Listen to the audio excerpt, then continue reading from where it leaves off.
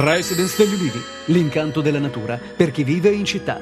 Telefono 0962 96 4192 348 01 17 609.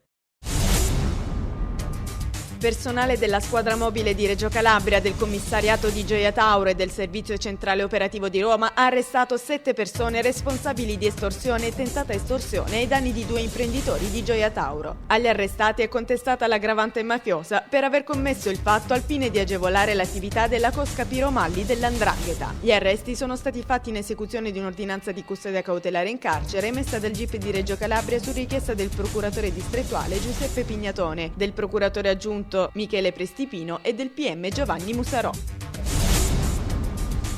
Dopo gli arresti di ieri dei 5 affiliati alla cosca dell''Ndrangheta Lo Giudice di Reggio Calabria, oggi è stato eseguito un sequestro di beni per 2,5 milioni di euro nei confronti di Luciano Lo Giudice, 36 anni, e Giovanni Sicari, 45. I destinatari dei provvedimenti restrittivi di ieri sono lo stesso Lo Giudice, ritenuto esponente dell'omonima cosca mafiosa, peraltro già in carcere, la moglie Florinda Giordano, 34 anni, il suocero Antonio Giordano, 74, e il cognato Paolo Gatto, 42. Tra gli arresti figura anche Consolato Romolo, 52 anni, titolare di un'armeria.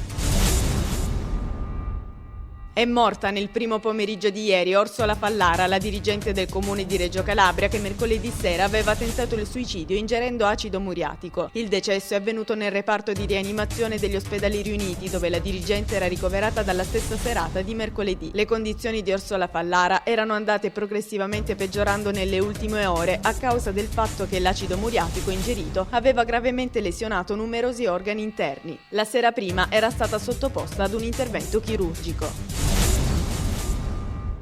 Centinaia di famiglie che risiedono a Crotone nel quartiere Farina potranno avere nelle proprie case il gas metano e realizzare un risparmio notevole sul bilancio familiare. È la sintesi del progetto presentato ieri dal sindaco della città e dall'assessore ai lavori pubblici, che concerne la realizzazione dell'impianto per la distribuzione del gas metano a Tufolo Farina, uno dei quartieri a maggiore densità abitativa di Crotone. L'infrastruttura, che sarà realizzata entro marzo, farà collegare al metano oltre 3.200 persone.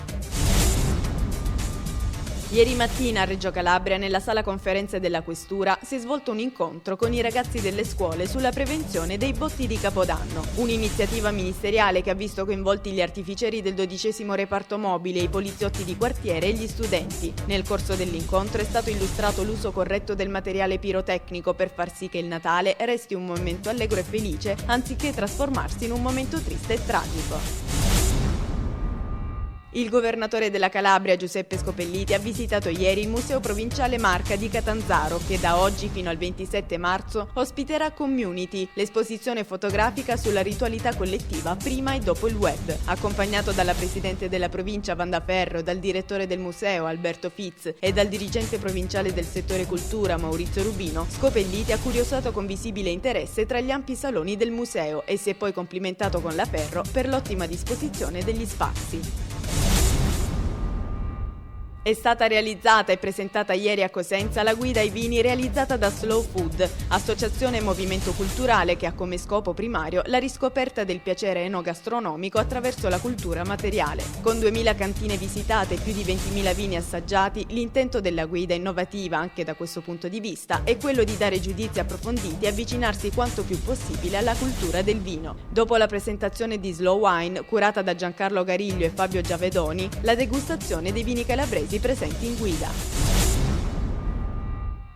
È andato in scena allo Stabile di Calabria per la stagione teatrale 2010-2011 L'Ebreo di Gianni Clementi, per la regia di Enrico Maria Lamanna. A calcare la scena Ornella Muti al suo debutto in teatro. L'opera è una tragicommedia ambientata nel periodo delle leggi razziali e della storia di 2 poveracci, marito e moglie, i quali si trovano ricchi per caso. Un testo divertente e cinico dal finale grottesco, uno spaccato dei nostri tempi che scava nella profondità della miseria dell'animo umano.